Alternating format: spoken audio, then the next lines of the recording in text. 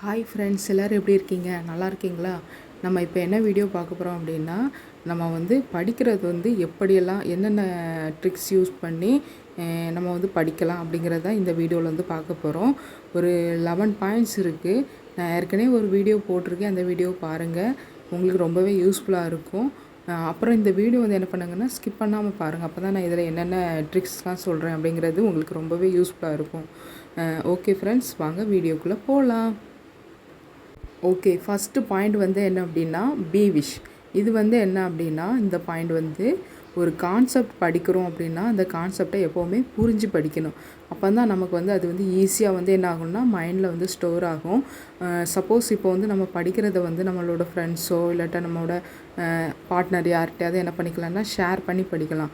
அப்போனா அந்த கான்செப்ட் வந்து நமக்கு எப்போவுமே மறக்காது. ஒரு ஃபார்முலா படிக்கிங்க, ஒரு டெஃபினிஷன்ஸ் படிக்கிங்கன்னா அது வந்து நமக்கு ரொம்பவே யூஸ்ஃபுல்லாக இருக்கும். ஓகே ஃப்ரெண்ட்ஸ், நெக்ஸ்ட் பாயிண்ட் வந்து என்ன அப்படின்னா, பேஸ்டு ரெஃபட்டிஷன். இது வந்து என்ன அப்படின்னா, இப்போ நம்ம படிக்கிறது வந்து என்ன பண்ணோம்னா பிரெயின் வந்து ஸ்டோர் பண்ணி வச்சுக்கணும். இப்போ வந்து யூஎஸ்பி இருக்குல்ல, அந்த சிஸ்டத்தில் உள்ள யூஎஸ்பி வந்து என்ன ஆகும்னா அந்த சிஸ்டத்தில் உள்ள ஃபைல்ஸ் எல்லாமே என்ன பண்ணணும்னா ஸ்டோர் பண்ணி வச்சுக்கிடும். அதுக்குன்னு ஒரு ஸ்பேஸ் இருக்கும்.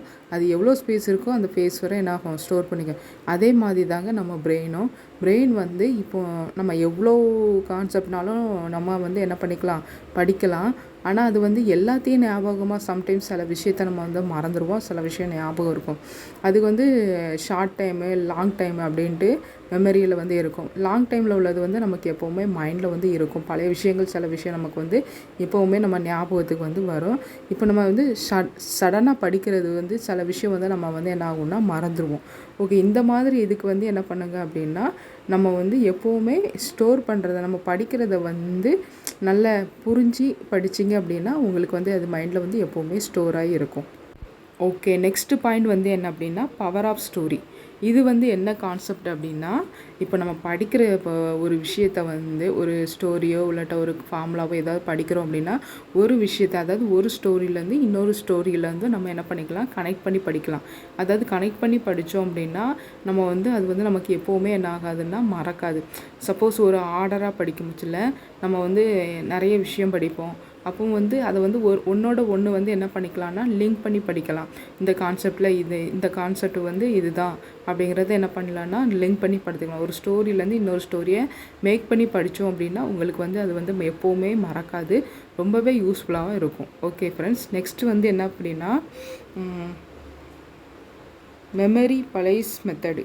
இது வந்து என்ன அப்படின்னா, இப்போ நம்ம வந்து ஒரு கான்செப்டில் படிக்கிறோம் அப்படின்னா நாம் வந்து ஒரு ரூமில் இருக்கோம்னா அதில் வந்து டிவி இருக்கும், கம்ப்யூட்டர் இருக்கும், டேபிள் இருக்கும். அந்த மாதிரி இந்த மாதிரி திங்ஸ் கூட நம்ம வந்து படிக்கிறத வந்து கம்பேர் பண்ணோம் அப்படின்னா நம்ம அதாவது ஒரு பொருளை பார்க்க முச்சில நம்ம வந்து இப்போ அந்த கான்செப்டில் படித்தோம்ல, இந்த பொருளை வந்து படித்தோம்ல அப்படிங்கிறது வந்து நமக்கு வந்து எப்போவுமே ஞாபகம் இருக்கும்.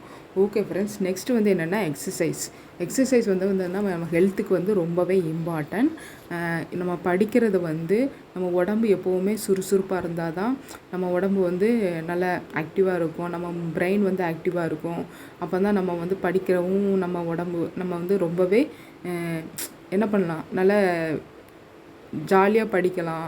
எந்த ஒரு இஷ்யூ இல்லாமல் இருந்தோன்னா நம்ம வந்து நல்லா படிக்கலாம். நம்ம பிரெயின் வந்து ரொம்ப சுறுசுறுப்பாகவே இருக்கும். ஓகேவா ஃப்ரெண்ட்ஸ், நெக்ஸ்ட்டு வந்து என்ன அப்படின்னா, அடுத்தது வந்து இப்போ நம்ம படிக்கிறது வந்து என்னென்னா சீரியல் பொசிஷன் எஃபெக்ட். இது வந்து என்ன அப்படின்னா, இப்போ வந்து ஃபஸ்ட்டு ஸ்டார்டிங்கில் ஒரு கான்செப்ட் படிப்போம்.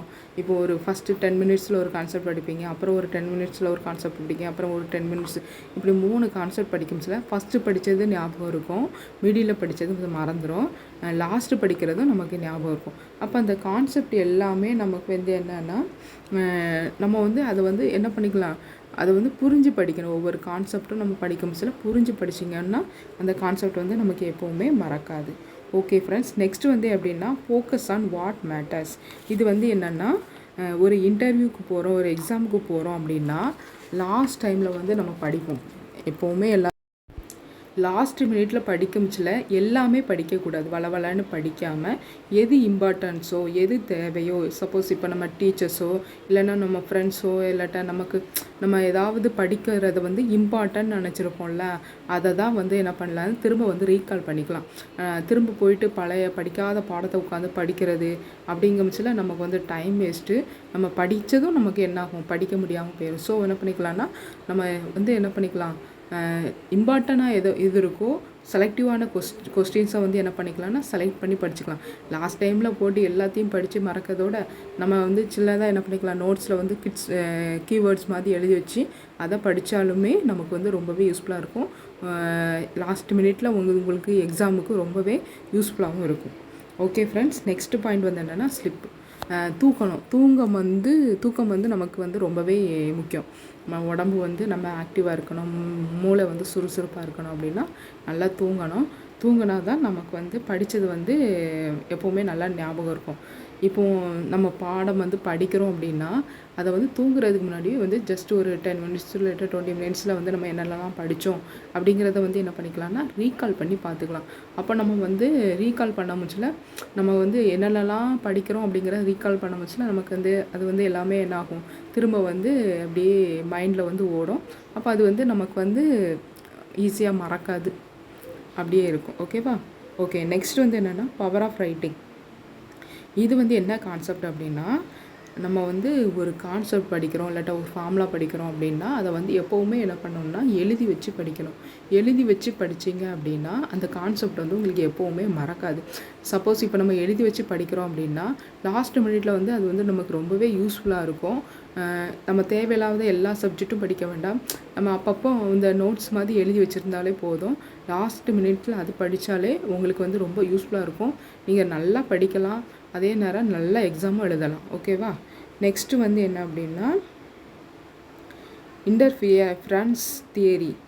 இது வந்து என்ன அப்படின்னா, இப்போ நம்ம படிக்கிற கான்செப்ட் வந்து ஒரு 30 நிமிஷம் ஒரு ½ அன் ஹவர் படிக்கலாம், இல்லைன்னா ஒரு 1 ஹவர் படிக்கிறோம் அப்படின்னா அப்படி படிக்க முச்சில்ல தொடர்ந்து படிச்சுக்கிட்டே இருந்தோன்னா நம்ம மைண்ட் வந்து அப்படியே டல்லாயிரும், சோர்வாயிரும். அப்போ என்ன பண்ணலான்னா அதுக்கு நடுவில் வந்து ஒரு பிரேக் வந்து எடுத்துக்கலாம். பிரேக் எடுத்தோம் ஒரு 10 மினிட்ஸ் பிரேக் எடுத்துகிட்டு ஒரு சாப்பிட்றது இல்லைன்னா ஒரு வாக் பண்ணுறது இல்லாட்டா நம்ம ஃப்ரெண்ட்ஸ்கிட்ட பேசுகிறது அந்த மாதிரி ஏதாவது ஒரு ஆக்டிவிட்டீஸ் பண்ணிங்க அப்படின்னா திரும்ப வந்து நம்ம பிரெயின் வந்து அப்படி சுறுசுறுப்பாயிரும். திரும்ப வந்து நம்ம படித்தோம் அப்படின்னா நம்ம மைண்டில் வந்து ரொம்பவே ஸ்டோர் ஆகும். அது வந்து ரொம்பவே நம்ம தொடர்ந்து படிக்கிறத விட நம்ம கொஞ்சம் அப்பப்போ கொஞ்சம் ஏதாவது ஒரு ஆக்டிவிட்டீஸ் பண்ணிவிட்டு வந்து படித்தோம்னா நம்ம உடம்பும் சுறுசுறுப்பாக இருக்கும், நம்ம பிரெயினும் சுறுசுறுப்பாக இருக்கும், நம்ம படித்ததும் மறக்காது. ஓகேவா?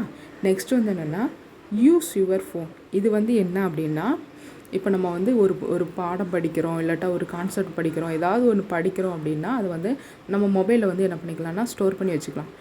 மொபைலில் ஸ்டோர் பண்ணி வச்சோம் அப்படின்னா இப்போ நீங்கள் ஏதாவது ஒரு டைம் ஃப்ரீ டைம் இருக்குதுன்னு வச்சுக்கோங்க, எங்கேயாவது வாக்கிங் போகிறீங்க இல்லைன்னா சும்மா சோஃபாவில் உட்காந்துருக்கீங்க, ஏதாவது ஒன்று பண்ண முச்சில்ல அந்த டைமில் நம்ம என்ன பண்ணலாம், நம்ம மொபைலில் ஸ்டோர் பண்ணதை வந்து என்ன பண்ணலாம், ஒரு ஹெட்செட் யூஸ் பண்ணி நம்ம எப்போலாம் ஃப்ரீயாக இருக்க முச்சில் அதை வந்து கேட்க முச்சில் ரொம்பவே நீங்கள் ஏன்னா உங்கள் கான்செப்டை வந்து நீங்களே கேட்க முச்சா உங்களுக்கு இன்னுமே அது வந்து ரொம்பவே யூஸ்ஃபுல்லாக இருக்கும். அது வந்து மறக்கவும் செய்யாது. எக்ஸாம் டைமுக்கு வந்து உங்களுக்கு ரொம்பவே யூஸ்ஃபுல்லாக இருக்கும். ஓகே ஃப்ரெண்ட்ஸ், இந்த கான்செப்டெல்லாம் இந்த மாதிரி படிச்சிங்க அப்படின்னா உங்களுக்கு வந்து ரொம்ப யூஸ்ஃபுல்லாக இருக்கும். இந்த வீடியோ பிடிச்சிருந்தேன்னா அப்படின்னா மறக்காமல் சப்ஸ்கிரைப் பண்ணுங்கள், லைக் பண்ணுங்கள், ஷேர் பண்ணுங்கள். உங்கள் ஃப்ரெண்ட்ஸ்க்கும் இந்த டிப்ஸ் வந்து என்ன பண்ணுங்க சொல்லிக் கொடுங்க. ஓகேவா? இந்த மாதிரி கான்செப்ட் வந்து உங்களுக்கு வேணும் அப்படின்னா நெக்ஸ்ட் வீடியோவில் நான் அப்லோட் பண்ணுறேன். Thanks for watch. Thank you friends.